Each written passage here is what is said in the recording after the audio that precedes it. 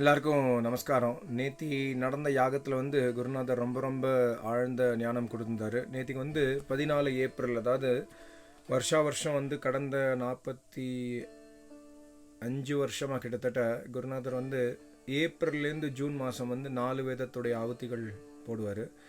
So நேத்திக்கு starting ரிக்வேதம் starting. So அதனால் நேற்று ஒரு ஸ்பெஷல் யாகம். ஸோ இப்போ ஏப்ரல் 14லேருந்து ஜூன் 30 வரைக்கும் 4 வேதத்தோடைய ஆவுத்தி குருநாதர் போடுவார். நடுநடுவில் சில வேத மந்திரத்தோடைய அர்த்தங்கள் சொல்லி கொடுப்பாரு.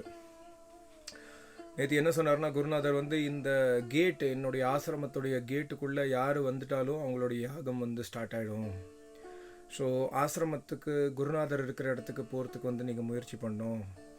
இந்த உலகத்தில் எல்லா விஷயமும் போய் ஒரு விஷயம் கூட உண்மை கிடையாது.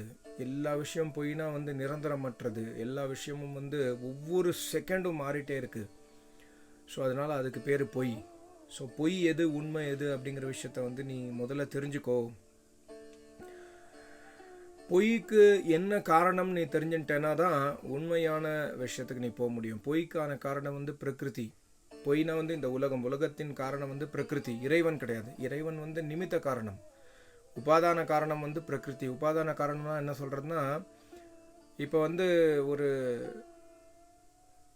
பக்கெட் இருக்குன்னு வச்சுக்கோங்களேன். பக்கெட்டு நீங்கள் என்ன சொல்லுவீங்க? பிளாஸ்டிக் பக்கெட்னு சொல்லுவீங்க. பிளாஸ்டிக் உபாதானம்.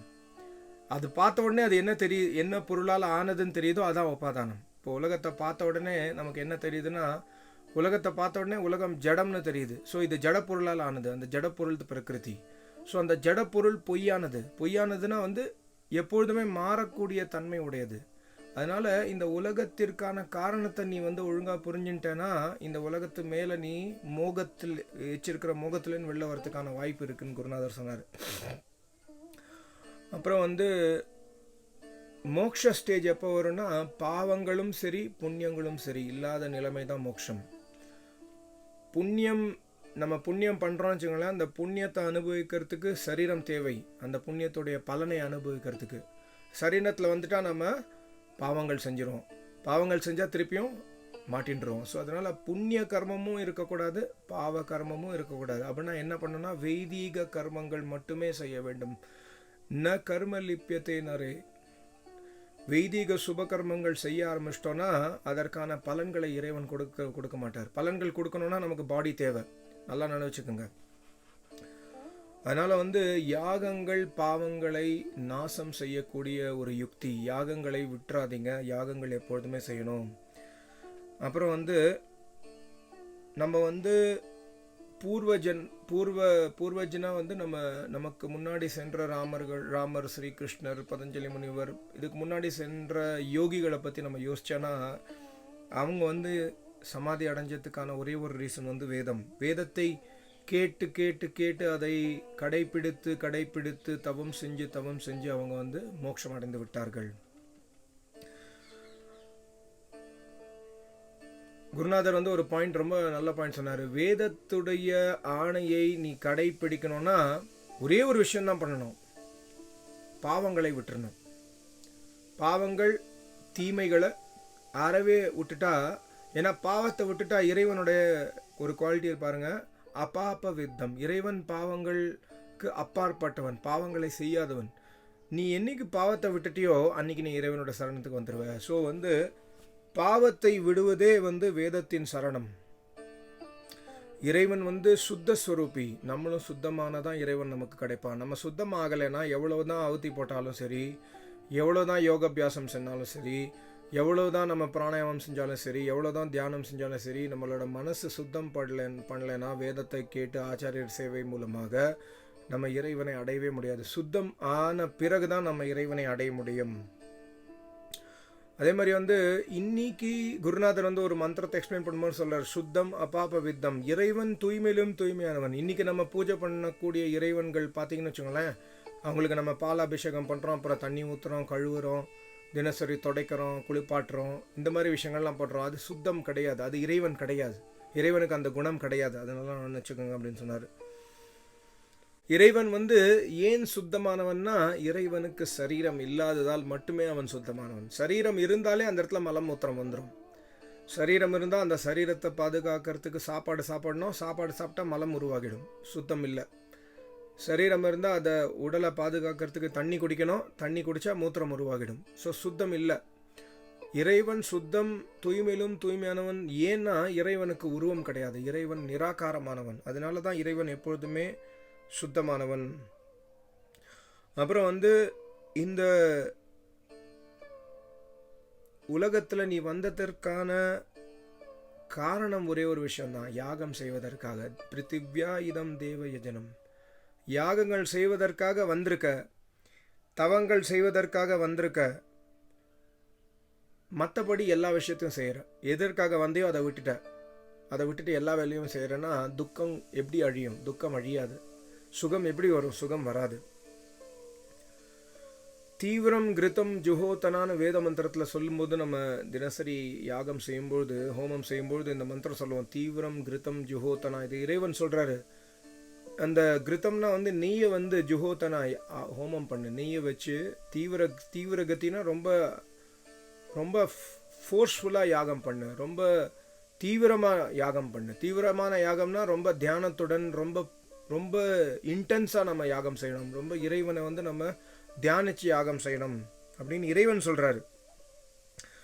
இறைவனை தியாகம் செய்வது அதற்கான என்ன அர்த்தம்னா, வேதத்தை தியாகம் செய்வதே இறைவனை தியாகம் செய்வது. வேதத்தை நம்ம ஒதுக்கிட்டோன்னா அந்த இடத்துல இறைவன் கிடையாது. ஸோ வேதத்தை தியாகித்து விட்டீர்கள், இறைவனும் சென்று விட்டான், இறைவன் கிடையாது அப்படிங்கிற மாதிரி சொன்னார். அப்புறம் இறைவன் உலகத்தை படைக்கும்பொழுது ஒரு நியமம் பண்ணுற, ஒரு ரூல் பண்ணுறாரு. என்னென்னா, நான் ஒரே ஒரு தடவை தான் ரிஷி முனிகளோட இருதயத்தில் முதல்ல உலகம் உருவாகும் பொழுது நான் அந்த வேத ஞானத்தை ரிஷிகளோட இருதயத்தில் நான் சொல்லி கொடுக்குறேன். அதற்கப்புறம் நான் சொல்லி கொடுக்க மாட்டேன்.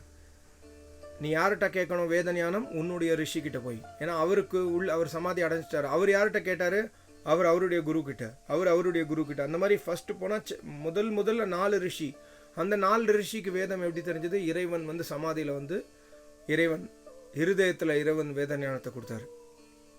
ஸோ அதனால் எப்பொழுதுமே நம்ம திருப்பி ரிஷிக்கிட்ட போய் தான் ஞானத்தை கேட்க வேண்டும். இல்லாட்டி நமக்கு ஞானம் நாம் அடைய மாட்டோம். இறைவனால் பேச முடியாது. ஏன்னா இறைவன் தூய்மையிலும் தூய்மையானவன். இறைவனுக்கு உடல் அல்ல. உடல் இருந்தால் தான் பேச முடியும். இறைவனால் பேசி ஞானத்தை கொடுக்க முடியாது. குருநாதர் மூலமாக தான் நம்ம அதை கேட்கணும். குருநாதர் தான் பேச முடியும். ஆனால் குருநாதருக்குள்ள சமாதி அடைஞ்ச பிறகு குருநாதருக்குள்ள இறைவன் அந்த ஞானத்தை குருநாதர் மூலமாக நமக்கு கொடுக்குறாரு. அது ரொம்ப இம்பார்ட்டண்டான பாயிண்ட். அப்புறம் இந்த ரிஷி முனிகள் சமாதி அடையும் பொழுது சாக்ஷாத் பரபிரம்மமாகவே மாறி விடுகிறார். அதாவது பிரம்ம இறைவன் சொல்றாரு, இந்த ரிஷி என்னை போன்றவர், எனக்கு சமமானவர். ஸோ அவர்கிட்ட போய் ஞானத்தை கேளு. அதுக்கப்புறம் இந்த பிஸி லைஃப்பில் நமக்கு இன்றைக்கி பிரச்சனை என்னென்னா, வேதத்து மேலே இன்ட்ரெஸ்ட் கிடையாது, ஞானத்து மேலே இன்ட்ரெஸ்ட் கிடையாது. ஷார்ட்கட்டு தேவை. 5 நிமிஷத்தில் எப்படி நான் மோட்சம் அடைகிறது. முன்னாடிலாம் கிராஷ் கோர்ஸ் வரும். இந்த நித்யானந்தாலாம் பெரிய லெவலில் இருக்கும்பொழுது, கொடிக்கட்டி பறக்கும்பொழுது கிராஷ் கோர்ஸ் 3 டேஸில் மோட்சம், இல்லாட்டி 5 டேஸில் மோட்சம், இந்த மாதிரிலாம் கோர்ஸ் வரும். பிஸி லைஃபு நமக்கு ஷார்ட்கட் தேவை.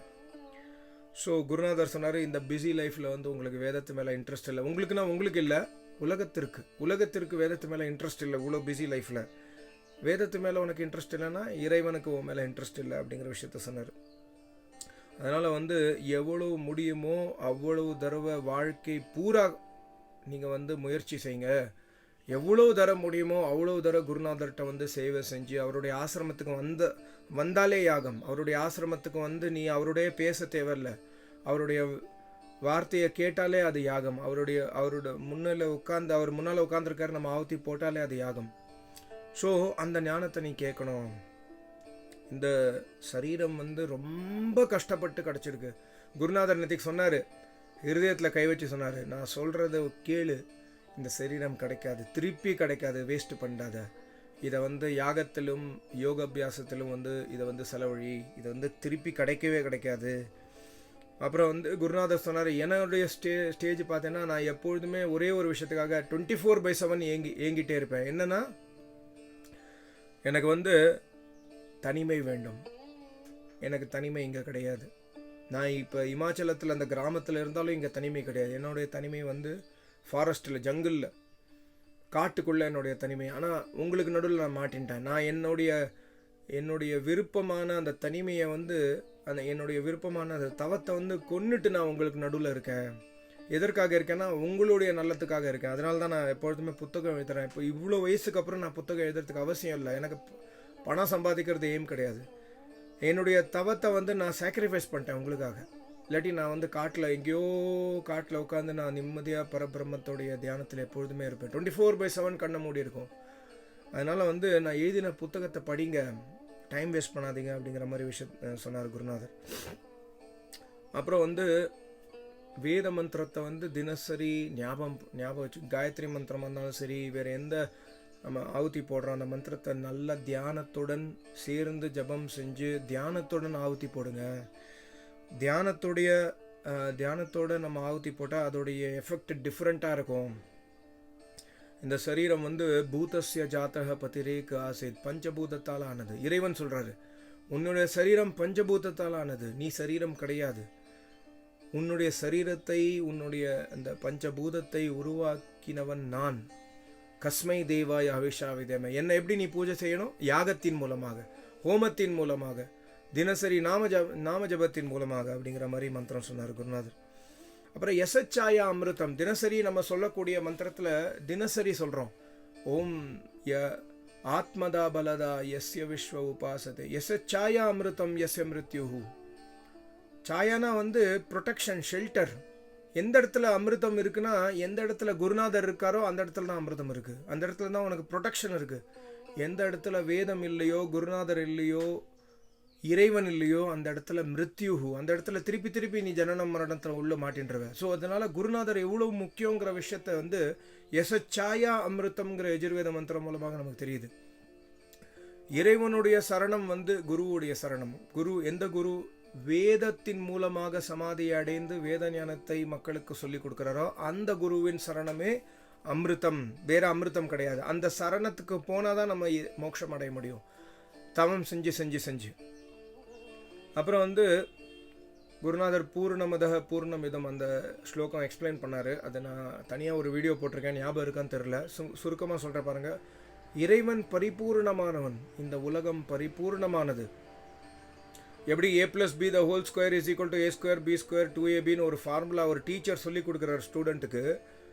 அந்த ஃபார்முலா சொல்லி கொடுத்த உடனே அந்த ஞானம் வந்து ஸ்டூடெண்ட்டுக்கும் இருக்குது, டீச்சருக்கும் இருக்குது. டீச்சர் அதை மறக்கலை. அதே மாதிரி தான் இறைவனோட வேத ஞானம் ரிஷிகளுக்குள்ளே போன பிறகு அந்த ஞானம் ரிஷிகளுக்குள்ளேயும் பரிபூர்ணமாக இருக்குது, அந்த ஞானம் இறைவன்கிட்டையும் பரிபூர்ணமாக இருக்குது. இறைவன்கிட்ட அந்த ஞானம் வந்து அடுத்த இந்த பிரளயத்திலையும் இருக்கும். ரிஷிமுனிகள் இருக்க மாட்டாங்க, ரிஷிமுனிகளோட சரீரம் போயிடும். ஆனால் அந்த ஞானம் இறைவன்கிட்ட இருக்கும். பரிபூர்ணமான ஞானம் அது வேத ஞானம். அப்புறம் வந்து ஸ்வாஹா, தினசரி ஆவுத்தி நம்ம வாயால் ஸ்வாஹா ஸ்வாஹா அப்படி சொல்லி நம்ம ஆவுத்தி போட்டால் அந்த ஸ்வாஹாங்கிற அந்த உச்சரிப்பு வந்து இந்த அகில உலகத்தை வந்து எல்லா இடத்துலையும் சுற்றி வருமா. அந்த ஸ்வாஹான் நம்ம சொல்லி ஆவுத்தி போடும்பொழுது அது வந்து எல்லா ஜீவாத்மாக்களுக்கும் அது வந்து ஒரு சுகத்தை அளிக்கும். நீ பண்ணுற யாகத்தினால இந்த உலகத்தில் இருக்கிற எல்லா ஜீவாத்மாக்கும் வந்து சுகம் கிடைக்கும் அப்படிங்கிறது வந்து வேதத்துடைய வாக்கு. அதனால தான் யாகம் ரொம்ப ரொம்ப இம்பார்ட்டண்ட். குருநாதர் ரொம்ப ரொம்ப ரொம்ப ரொம்ப இம்பார்ட்டண்ட். அப்புறம் ஓம் பூரக்னயே ஸ்வாஹா, இந்த மாதிரி நிறையா இறைவனுடைய பெயர்கள் சொல்லி நம்ம ஸ்வாஹா போடுற தினசரி அக்னிஹோத்திரத்தில். அது குருநாதர் சொன்னார், இறைவனின் நாமகரணம், இறைவனுக்கு பெயர் சூட்டும் விழா இல்லை. இறைவனோட பெயரை இறைவனே வச்சுட்டார் வேதத்தில். நம்ம பிறந்திருக்கோன்னா நமக்கு பெயர் சூட்டும் விழா நடக்குது. ஒரு வயசில் நம்ம பெயர் வைக்கிறோம், 100 நாளில் பெயர் வைக்கிறோம், இல்லை பிறந்தோடனே 10 நாளில் பெயர் வைக்கிறோம். ஆனால் இறைவனுடைய பெயர் வந்து எட்டர்னல். அவரே வச்சுட்ட வேதத்தில் சொன்ன பெயர்கள் அது.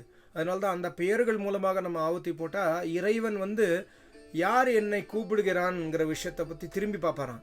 என்னுடைய பெயரை உச்சரிக்கும் அந்த நபர் யார் அப்படிங்கிற மாதிரி தத்துவத்தில் இறைவன் உன்னை பார்ப்பாரு, ஸ்பெஷலாக பார்ப்பாரு.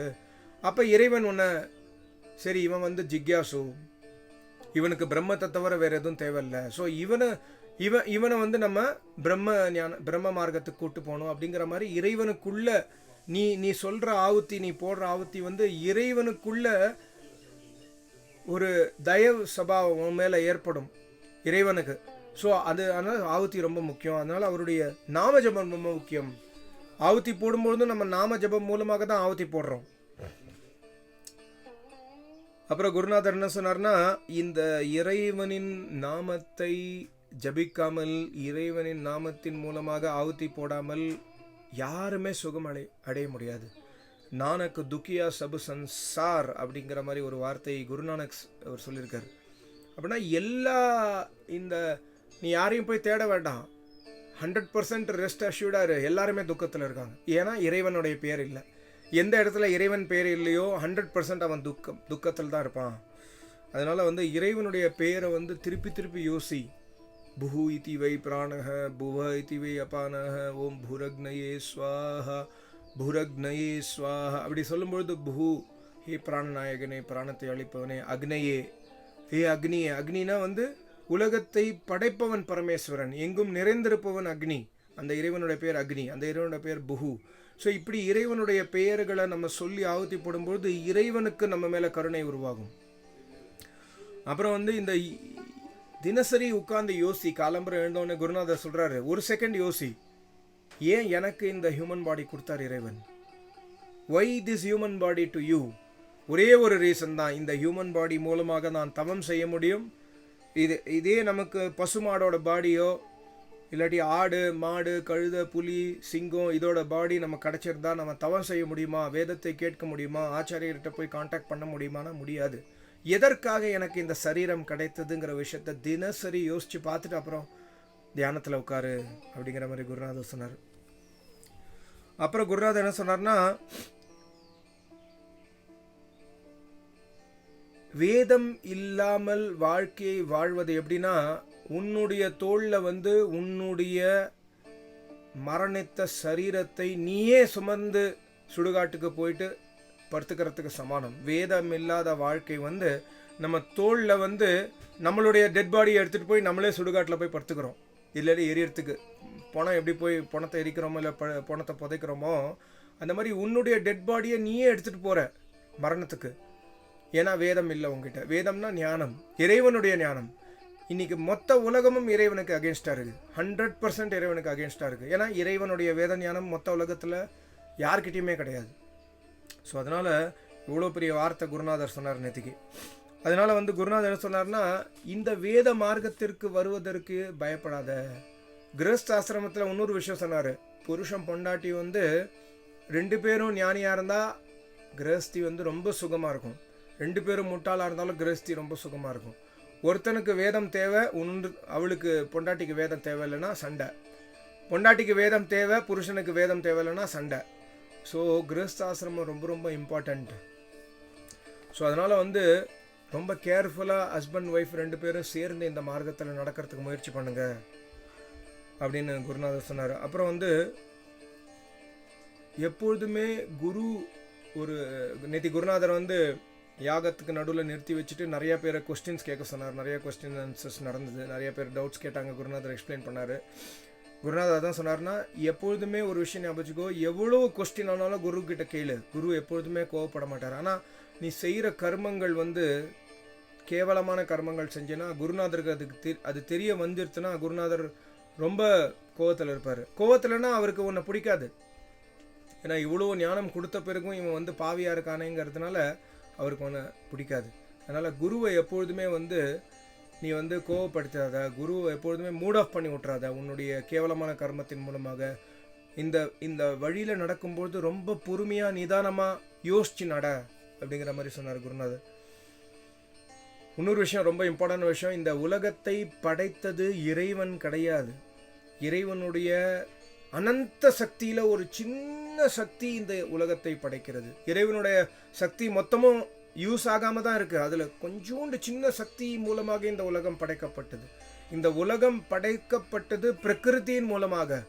அந்த பிரகிருதி ஜடம். அந்த ஜடத்தை அந்த ஜட பிரகிருத்தியை ஜட உலகமாக கன்வெர்ட் பண்ணுறதுக்கு இத்தினோண்டு சக்தி இறைவன் யூஸ் பண்ணுறாரு. அதனால உலகத்தை இறைவன் படைத்தார்னு யாராவது சொன்னான்னா அது ஒரு சொல்கிறதுக்காக சொல்லலாமே தவிர இறைவன் உண்மையிலே படைக்கலை. இறைவனுடைய சின்ன சக்தி, அது இறைவனுடைய சக்தி தான். பட் ஆனால் இறைவன் உலகத்தை, இறைவனுடைய முழு சக்தி யூஸ் ஆகலை அப்படிங்கிற விஷயத்த புரிஞ்சுக்கோ.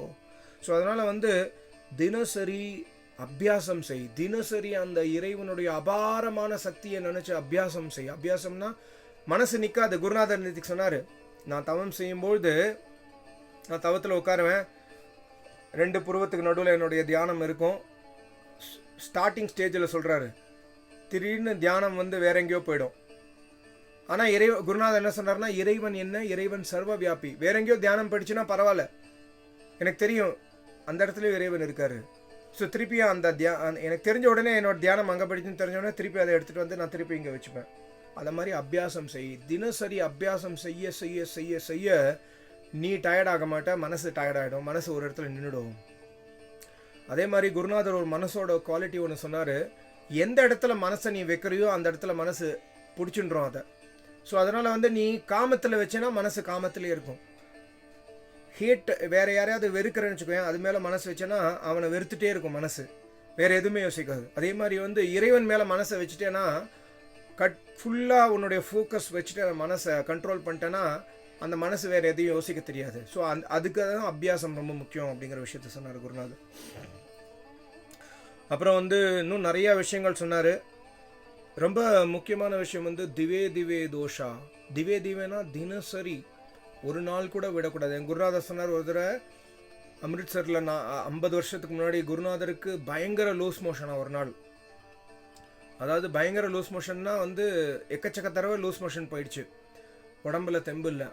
அன்னைக்கும் நான் தவத்தை விடலை, அன்னைக்கும் நான் தவம் செஞ்சேன். எவ்வளவுதான் என்னுடைய சரீரம் இறைவனுக்காக அப்படிங்கிற விஷயம் எனக்குள்ளே இறங்கிடுச்சு.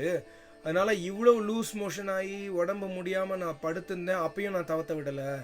நீ அவ்வளோ ஃபோக்கஸ், உன்னால் பண்ணவே முடியாத சுச்சுவேஷன் வந்தால் விட்டுரு, மற்றபடி எந்த சுச்சுவேஷன்லேயும் இறைவனுடைய பூஜை, இறைவனுடைய யாகங்கள், இறைவனுடைய ஹோமங்கள், இறைவனுடைய நாம ஜபம், இறைவனுடைய யோகாபியாசத்தை விடக்கூடாது. அப்படி விட்டனா உன்னுடைய சரீரத்தை இறைவன் பிடுங்கி விடுவான். ஸோ அதனால் வந்து எப்பொழுதுமே வந்து இறைவனோட தியானத்தில் இறைவன் வந்து அக்னிம் ஈடே புரோஹிதம். இறைவன் வந்து இந்த உலகத்தின் அக்னிம் ஈடேனா இறைவன் சொல்கிறார், முதல் மந்திரத்தில் சொல்கிறார் ரிக்வேதத்தில், நீ பிறந்துட்ட, மனுஷனாக பிறந்துட்ட, உன்னுடைய ஒரே ஒரு எய்ம் என்னன்னா, எதற்காக ஆசைப்படு, இறைவனுக்காக ஆசை. அக்னிம் ஈடேனா ஆசை, எதற்காக ஆசைப்பட வேண்டும், இறைவனுக்காக ஆசைப்படு, வேறு எதற்காகவும் ஆசைப்படாத. வேறு எல்லாம் உனக்கு கிடைக்கும் ஆட்டோமேட்டிக்காக, கிடைக்கலனாலும் பரவாயில்ல, இறைவனுக்காக ஆசைப்படு, வேறு எதுவுமே உனக்கு தேவையில்லை. ஏன்னா அவன் வந்து இந்த உலகத்தை படைப்பவன், யாகங்களின் ஞானத்தை கொடுப்பவன், வேதத்தை நமக்கு தந்து அருள்பவன், நம்மை காப்பவன், நம்மை ரட்சிப்பவன், நமக்கு எல்லா விதமான சுகங்களை அளிப்பவன் அந்த பரமேஸ்வரன். அதனால இறைவனை நம்ம எப்பொழுதுமே தியானம் செய்யணும், இறைவனுக்காக நம்ம எப்பொழுதுமே ஆசைப்படணும். ரிக்வேதத்தோட முதல் மந்திரத்தை எக்ஸ்பிளைன் பண்ணி ரிக்வேதத்தோட ஆவத்தி நேத்தி ஆரம்பிச்சாச்சு. அப்புறம் இறைவன் வந்து சேனஹ பிதேவ லாஸ்ட்டாக சொல்கிறேன் பாருங்க. பிதேவனா பித இவ. ஒரு முஸ்லீம் பிரதர் வந்து கேட்குறாரு குருநாதர்கிட்ட, உங்களுடைய வேதத்தில் வந்து இறைவனை அப்பான்னு சொல்கிறீங்க, அப்போ இறைவன் அப்பானா வந்து இறைவனுக்கு பெண்டாட்டி இருக்காரா, உங்களுடைய அம்மா யார், இறைவனுக்கு மனைவி இருக்கா அப்படிங்கலாம் மணி கேட்டிருக்காரு. குருநாதர் எக்ஸ்பிளைன் பண்ணுறாரு, சேனஹ பித ஏவ. பித ஏவனா அப்பா கிடையாது, அப்பாவை போன்றவன் இறைவன், தந்தையை போன்றவன் இறைவன். தந்தை எப்படி உனக்கு எல்லா விஷயத்தையும் சலுகை செஞ்சு கொடுக்குறாரோ வீட்டில், அதே மாதிரி இறைவன் எல்லாத்தையும் நமக்கு செஞ்சு கொடுத்துருக்காரு. அதனால இறைவனுடைய குணம் வந்து பித இவ. இவனா அன்னையை போன்றவன், தந்தையை போன்றவன் அவன். ஸோ அப்படின்னு சொன்னோடனே அந்த முஸ்லீம் பிரதர் வந்து சரின்னு சொல்லிட்டு போயிட்டானோ. ஸோ குருநாதர் சொன்னார், வேதத்தை ரொம்ப ஆழ்ந்து கவனிக்கணும், தினசரி அத்தியாயனம் செய்யணும், எப்போல்லாம் முடியுதோ வேதத்தை கேளுங்க அப்படிங்கிற விஷயத்த சொன்னார். ரொம்ப நன்றி, நமஸ்காரம், ஓம்.